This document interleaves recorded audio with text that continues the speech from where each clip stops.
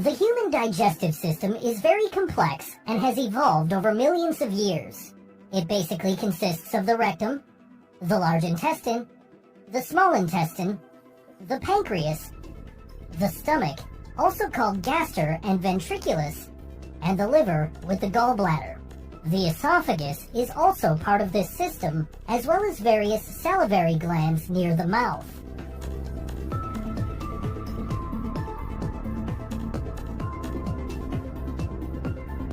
First, the food is broken up in the mouth by the teeth and then mixed with saliva with the help of the salivary glands. Saliva contains a digestive enzyme called amylase that already begins to digest carbohydrates in the mouth. It splits carbohydrates into smaller units.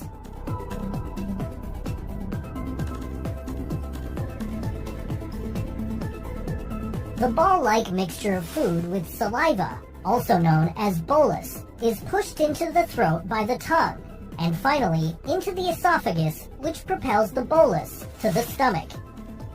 The esophageal lumen, that is, the opening inside the esophagus, is very flexible, which allows boluses of different sizes to be transported.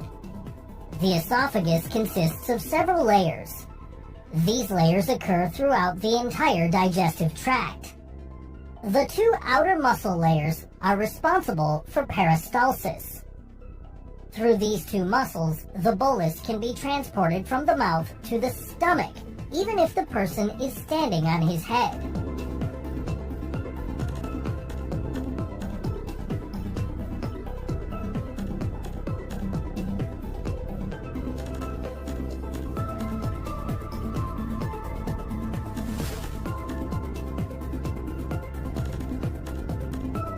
The stomach is often divided into 6 areas. The stomach is composed of a similar structure to the esophagus. It has a longitudinal muscle layer on the outside. Underneath, we can find circular muscle fibers. In addition to this, there is an oblique muscle layer overlaying the mucosa. On the inside, there are rugae that allow the stomach to enlarge when food is consumed.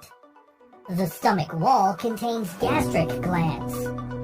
They produce mucus, which is able to protect the stomach wall from the secreted gastric acid. Gastric acid is produced by simply smelling or seeing food, but also spices, and the stretching of the stomach causes the secretion, that is, the release of gastric acid. About 1 to 2 liters of gastric juice are produced per day. Since the esophagus does not have a protective mucus layer like the stomach and esophagus are separated by a sphincter. It relaxes when a bolus is pushed from the esophagus into the stomach and then contracts to prevent acid and food from going back up. Gastric juice consists, among other things, of hydrochloric acid, the enzyme pepsin, the intrinsic factor, and lipase for the digestion of fat.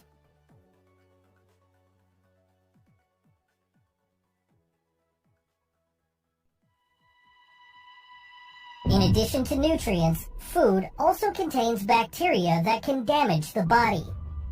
The components of hydrochloric acid are able to destroy harmful bacteria.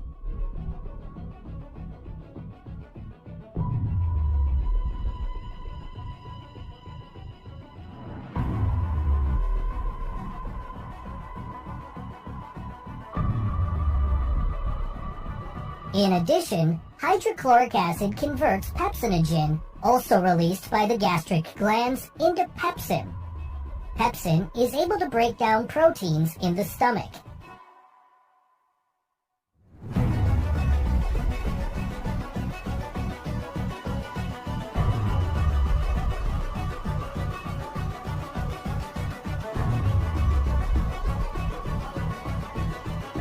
For a vitamin B12 absorption in the small intestine, the intrinsic factor is needed, which is produced by the gastric glands. The vitamin must combine with intrinsic factor, then it can be absorbed later by the small intestine. Vitamin B12 helps keep the body's nerve and blood cells healthy and helps make DNA. It also contains gastric lipase, an acid-resistant enzyme for fat digestion. In the stomach, gastric lipase splits a triglyceride into a free fatty acid and a diglyceride, whereby only the free fatty acid can be absorbed by the body. More effective fat digestion takes place in the small intestine.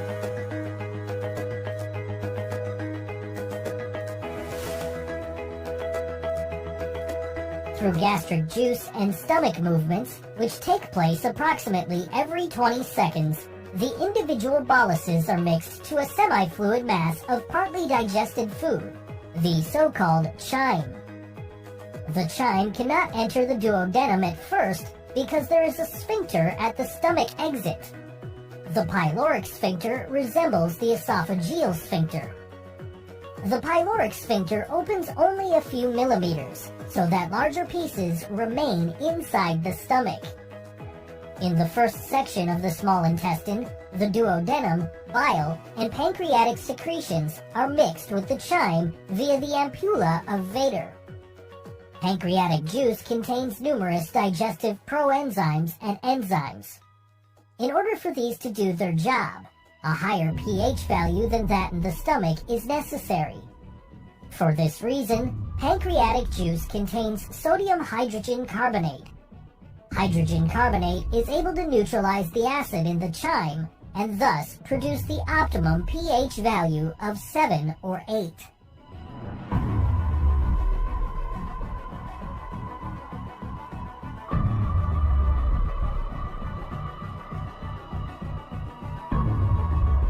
Pancreatic juice also contains proenzymes. It is only through enterokinase, released by the duodenum wall, that the proenzyme trypsinogen becomes trypsin, which can split proteins and activate other trypsinogens. We also find alpha amylase, which we had already found in the mouth. It now does the rest regarding the splitting of carbohydrates, which it converts into maltose and isomaltose.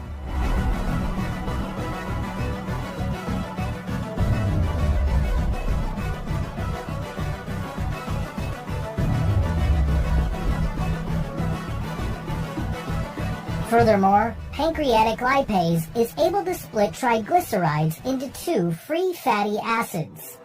The gastric lipase, as we have seen before, can produce only 1 free fatty acid.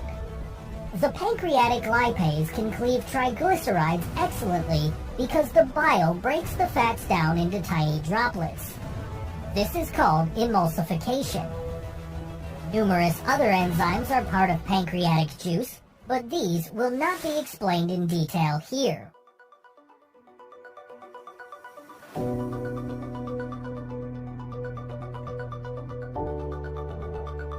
Bile is produced by the liver cells and transported to the gallbladder.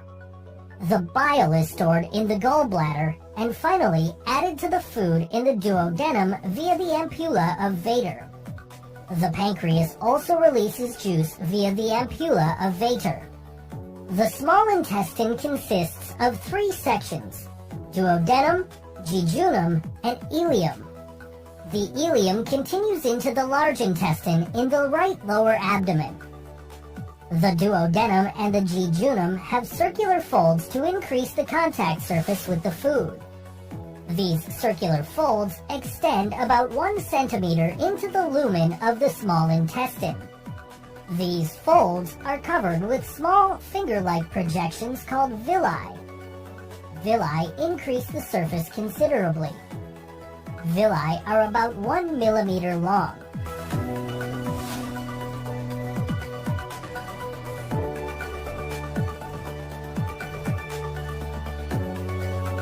Each villus contains blood capillaries and a lymphatic capillary called lacteal, which we will see later.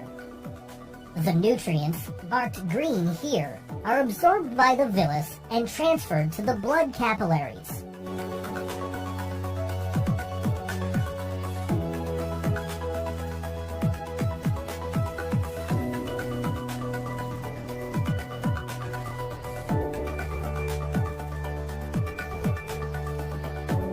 Some nutrients, such as glucose, do not require a carrier. They are transported freely in the bloodstream. Other nutrients, such as iron, require transport proteins like transferrin.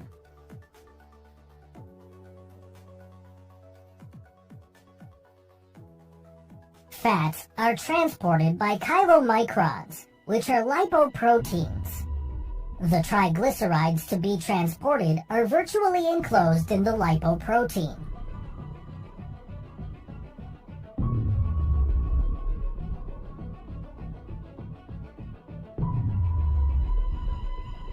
Chylomicrons and triglycerides are then transported through the lacteal of the villus. Each villus is covered by even smaller microvilli. They multiply the intestinal surface considerably. The microvilli absorb nutrients and transport them to the inside.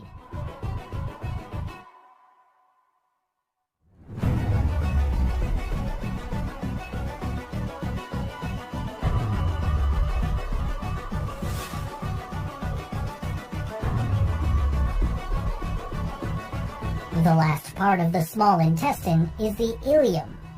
It does not have, unlike the duodenum and jejunum, circular folds. The ileum absorbs electrolytes, such as calcium, for building bones, hair, and teeth. Trace elements, such as zinc, for sperm production and the immune system. Vitamins, such as B12, for the formation and maturation of red blood cells, and remaining bile acid, which is transported back to the liver via the bloodstream.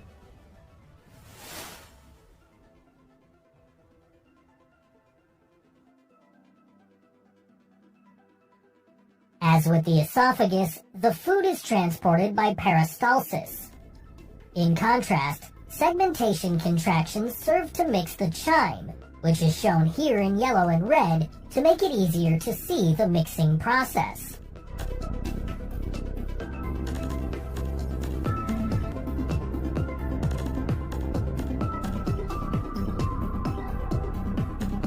The large intestine is thicker than the small intestine. It is about 1 meter long and surrounds the small intestine.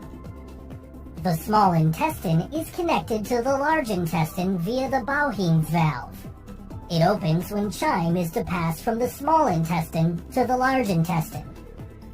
The large intestine does not have any villi like the small intestine because most digestible substances have already been absorbed in the small intestine.